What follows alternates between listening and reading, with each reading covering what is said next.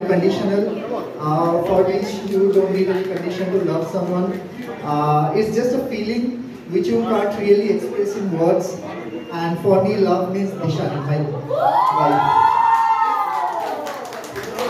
শুনে তো যাও, what do you mean by love? লাভটা আমি এবার একটু বিশ্লেষণ করছি, বর্ণনা করছি, ন্যারেট করছি।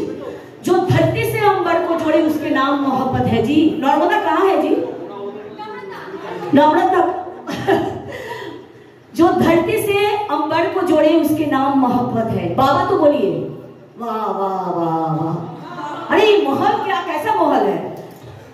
जो धरती से अंबर को जोड़े उसके नाम मोहब्बत है, जो शीशे से पत्थर को तोड़े उसके नाम मोहब्बत है।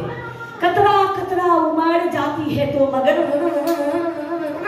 कतरा कतरा उमड़ जाती है तो मगर, जो बहता नदिया को वापस जो मोड़े उसके नाम मोहब्बत है, उसके नाम मोहब्बत है, उसके नाम मोहब्बत। Thank you very much.